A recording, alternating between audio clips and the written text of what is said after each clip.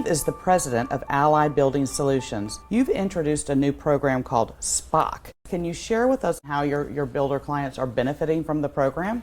Yeah, there was kind of a phrase that we coined, but it stands for single point of contact. Okay. Listening to what our builders' needs were. We saw opportunity to be able to bundle these finished products, and I think the real objective and our goal was to shorten the build cycle for the home. So if we can come in total offer 7 products and provide the products and installation for those homes and do it in a shorter period of time, saves the builder time and money. When it starts, you know, that one contact at Ally Building Solutions can provide the bids and the estimates that the builder needs back for multiple product categories. And that just also carried out into the field. With us bundling these products together, we provided that single point of contact, our home manager, for the builder superintendent to work with, who will coordinate the installation. We took it one step further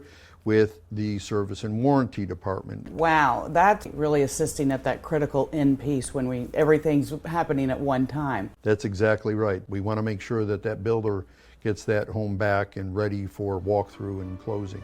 We appreciate you stopping by today and sharing with us what's going on with Ally Building Solutions. It's been my pleasure. Thank you.